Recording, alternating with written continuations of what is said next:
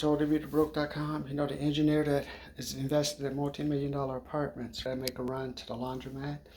I was smelling something, and I have people at the house and just tracking back and forth. And I think I decided, you know what, it is actually the carpets. I've been trying to spray in here, find stuff that's not going on. So I decided, okay, soak in the toilet, soak in the bathroom, bathtub. I'm gonna come back and wash the floor. So subscribe.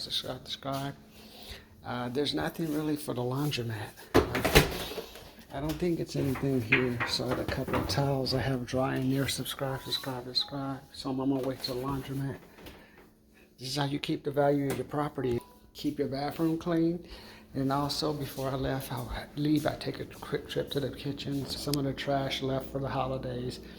Other than that, everything's clean. So keep your room clean, keep your kitchen clean, and remember some of those tricks I taught you to keep the value of your property high.